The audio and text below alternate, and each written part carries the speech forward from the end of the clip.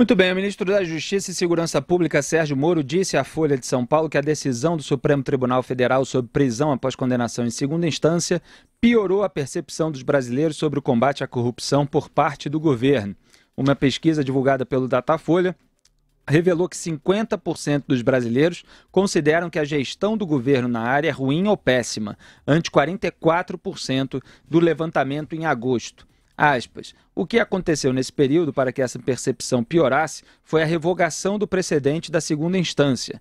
Isso implicou a soltura de pessoas que estavam condenadas, inclusive por corrupção. Então as pessoas às vezes têm uma percepção geral e atribuem ao governo. Fecho aspas. Vou fazer um parênteses aqui. Essa análise do Moro, ela realmente pode estar correta. As pessoas, em parte, podem ter sido induzidas, até pela formulação das perguntas do Datafolha, achar que o governo está ruim nessa área de combate à corrupção em razão de decisões do Supremo Tribunal Federal, que possam, portanto, ter influenciado aí o pensamento daquelas pessoas. Porém, o ministro está falando como um membro do governo e tirando ali eventuais responsabilidades do governo. Mas é claro que não pega bem para o governo que haja um filho do presidente da República investigado, fazendo pressão contra a CPI da Lava Toga, que investigaria o ministro que suspendeu a investigação por 4 meses a respeito dele, que o presidente da República tenha apagado um tweet em defesa da prisão em segunda instância no primeiro dia do julgamento do tema no plenário do Supremo Tribunal Federal. Então, esse tipo de atitudes, e eu apontei algumas aqui durante esses últimos meses, também não contribui. Mas é claro que é uma pesquisa do Datafolha e pode ter havido aí muito mais coisas do que isso envolvidas nesse resultado. Mas é só para deixar claro aqui a análise dos pontos do que vem acontecendo. O ministro Sérgio Moro também falou sobre as mensagens roubadas dos hackers e voltou a dizer que a autenticidade delas não foi comprovada e que a divulgação foi feita com absoluto sensacionalismo. Ele defendeu ainda sua atuação na Lava Jato, inclusive no caso de Lula, afirmando que as sentenças foram confirmadas pelas instâncias superiores. Sobre essa entrevista tem um trecho ótimo para a gente destacar aqui. Diz a Folha: vamos falar das mensagens da Lava Jato. Aí o Moro respondeu: a Folha não cansou dessa história? A Folha insistiu: é a oportunidade de o senhor falar na Folha sobre isso. E o Moro completou: tem aquela história do soldado que estava marchando e o outro soldado que está marchando no passo errado. Talvez seja a Folha. É um diálogo, no mínimo, engraçado, Augusto Nunes. Olha, tá certo. O Sérgio Moro, quer dizer, eu acho que o governo cometeu esses pecados que se referiu o Felipe, mas não é o responsável, não pode ser responsável aí por esse índice aí por essa percepção popular. Acho que aí é uma injustiça, porque ninguém contribuiu mais para que o Brasil seja considerado um país muito leniente ou clemente demais com corruptos do que o Supremo Tribunal Federal. E os governos do PT, né? E os governos do PT, sem a menor dúvida. A era PT, é o que eu digo sempre, na era PT houve tanta ladroagem, tanta roubalheira, que estamos chegando à segunda geração já de ladrões, né? Os filhos do Lula, os filhos do Jacob Ittar, tal. Uma geração só não conseguiu completar o serviço sujo. Então, fica estabelecido isso. Mas, evidentemente, as coisas agora no Executivo são muito melhores. A corrupção era institucionalizada pelo governo Lula e pelo governo Dilma. Aliás, palavra usada, sempre bom lembrar, pelo ex-gerente da Petrobras, Pedro Barusco. Exatamente. Dizendo que a corrupção foi institucionalizada a partir de 2003, exatamente, quando o Lula assumiu o poder. Foi o maior esquema corrupto da história. Dificilmente será superado, né, em abrangência e ganância, e por qualquer outro similar. Pois bem, agora, eu acho que é preciso, a imprensa tem que deixar claro, a gente aqui, os jornalistas independentes tem que deixar claro, é que nós deixamos. Qualquer corrupto que passar aqui pela nossa frente será devidamente apontado aí, vamos exigir que o caso seja investigado e, se for comprovada a culpa, punido. Mas, feito esses registros, não é o executivo o vilão nessa história, não. muito menos o Sérgio Moro ou os ministérios, aí pelo menos a contar de 1º de janeiro de 2019, deste ano. É preciso ver o índice de leniência no Supremo Tribunal Federal e no Legislativo.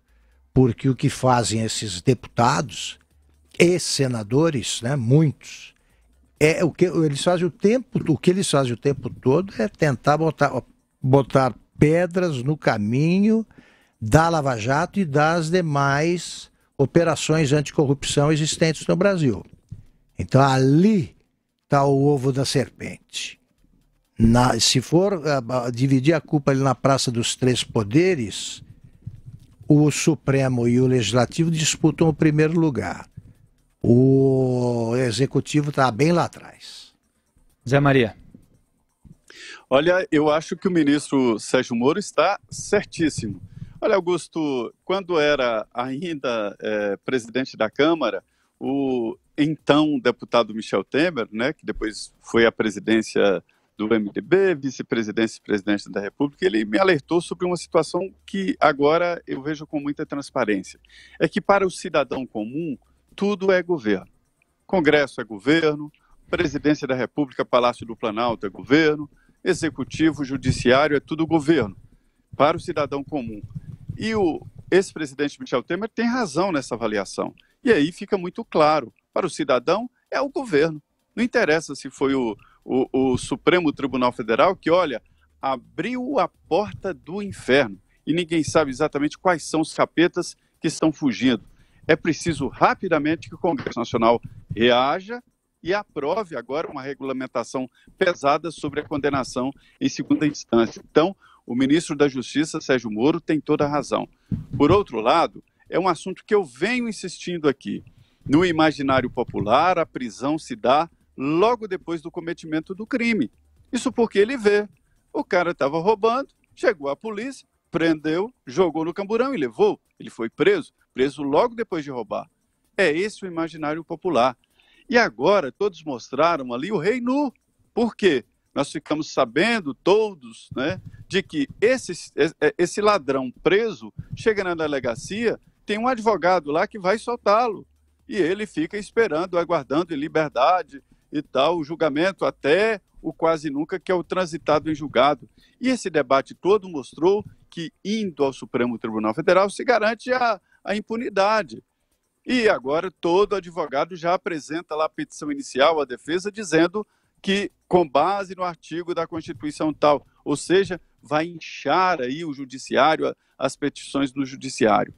Isso é tão evidente que o ministro do Supremo, Luiz Fux, veio a público dizer, aconselhar os juízes de primeira instância de que eles podem alargar o conceito de prisão preventiva e aí decretar a prisão, mesmo antes da condenação em segunda instância, se houver ameaça à sociedade. É esta que tem que ser protegida, né? Então, já é um indicativo forte disso.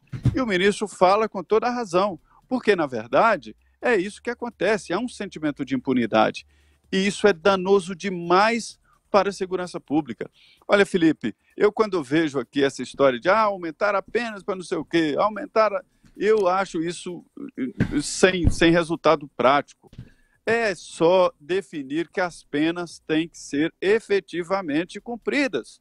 Se são 10 anos de cadeia, que se cumpra 10 anos de cadeia, né? E que seja rigoroso demais na apuração dos crimes e na solução dos crimes, porque esse sentimento de que será punido, mesmo que seja uma pena menor, isso inibe o bandido de praticar o crime. O que é psicopata, não, ele não pensa nisso, não está nem aí e tal, mas isso inibe e diminui a violência. Agora, eu não posso deixar de falar aqui da história do Passo do Soldado. Isso é uma piada de caserna, uma piada antiga, que é a história, que a marcha é aquela coisa cadenciada. Todos têm que bater o pé, no sentido do bumbo, né? O pé direito, pé esquerdo, tá 1, 2, 1, 2, 1, 2, 1, 2. E no batalhão lá, tinha um sujeito que errava, né? Então todo mundo, pé direito, pé esquerdo, ele batia o pé esquerdo quando todo mundo estava batendo direito. Aí chegou o sargento para ele e falou, olha aqui, você está de parabéns, você está marchando certo. Os outros, todos do batalhão, é que estão errados. Então, essa é a história aí do diálogo. Legal, Zé Maria. E o jornal Folha de São Paulo também perguntou se não mexe com sua vaidade ser um dos favoritos numa disputa presidencial. E Sérgio Moro respondeu, aspas, não tenho esse tipo de ambição. Eu brinco que já tenho problemas suficientes para lidar. Como ministro do presidente, seria absolutamente inconsistente eu não apoiar a reeleição dele em 2022. Fecho aspas. E mais, aspas, não tenho nenhuma pretensão de seguir a política partidária. A perspectiva de ingressar no governo foi para consolidar o que vinha fazendo como juiz, principalmente no campo de enfrentamento à corrupção. Fecho aspas. Essa resposta aqui, Augusto Nunes, que ele deu, eu brinco que já tem problemas suficientes para lidar, é o que eu respondo quando ficam insistindo para eu beber, que eu não bebo, entendeu? Eu falo, já tem problemas suficientes. A Folha de São Paulo perguntou a opinião de Sérgio Moro sobre a pesquisa do Datafolha, segundo a qual os brasileiros consideram justa a soltura de Lula. Aquela pesquisa que a gente esmiuçou aqui para mostrar a questão da formulação e o Moro fez a mesma coisa ao jornal. Será que está ligado em uns pingos nos is? Abro aspas para ele. Sem dúvida. Veja, aí é a velha insistência do caso do ex-presidente. O ex-presidente foi condenado em várias instâncias, ficou provado que se corrompeu. O álibi da defesa é que foi tudo uma armação do juiz de primeira instância, mas a segunda instância condenou, a terceira condenou, em mais de um processo. Então é uma questão de prova, ele foi condenado e por corrupção. É essa a situação do processo específico. O que levou as pessoas a fazer essa avaliação talvez seja o fato de entender que o período que ele cumpriu de pena já teria sido suficiente. Não ficou claro em que termos foi feita a indagação. Fecho aspas. E aí ele falou a respeito disso. Portanto, Zé Maria Trindade, quer fazer algum complemento a respeito dessas respostas? Continua assim, no primeiro ano, final do primeiro ano de governo ainda, muita especulação sobre qual vai ser a chapa de 2022, se o Sérgio Moro vai estar nela com o Bolsonaro, se não vai estar, se vai ser candidato, sempre tendo de responder essas perguntas. No mês que vem, em janeiro, o presidente Jair Bolsonaro e essa equipe que começou com ele, inclusive o Sérgio Moro, né, completam um ano, 12 meses. É cedo demais para falar nisso, mas o ex-governador de São Paulo, o Fleury Filho, me dizia o seguinte, jornalista, quando fica sabendo que alguém vai casar, ele não pergunta se engravida, já pergunta qual será o nome do filho. E é verdade, a gente tem essa tendência de antecipar tudo, mas o ministro tem que se defender a si mesmo. Está muito cedo, tá muito cedo para se pensar na sucessão do presidente Jair Bolsonaro. Ele está aprendendo a lidar na política e dando umas respostas até mais duras com relação ao ex-presidiário Lula, né? É impressionante essa evolução do Moro, né? Claro que ele vai precisar de mais tempo para se tornar um político aí tão hábil quanto os que nós conhecemos, né? Os políticos que eram cardeais ali naturalmente no legislativo, gente como Tancredo Neves, Ulisses Guimarães, mas ele está aprendendo o básico aí muito bem. Ele está se safando, no melhor sentido, aí, de perguntas espertas, com respostas que o livram padrão, né? Da rocha, da trilha do penhasco, né? Sem perder a elegância. Sem perder a elegância, ele é calmo, tá? Ele foi ofendido gravemente na Câmara, nem por isso deixou de voltar ao Congresso e discutir e tal. Ele exibe um tipo de calma aí que me surpreendeu já quando ele era juiz, no convívio com aquele Cristiano Zanin, que tentou o tempo todo, perseguiu o tempo todo uma ordem de prisão por desacato, uma voz de prisão por desacato e não conseguiu.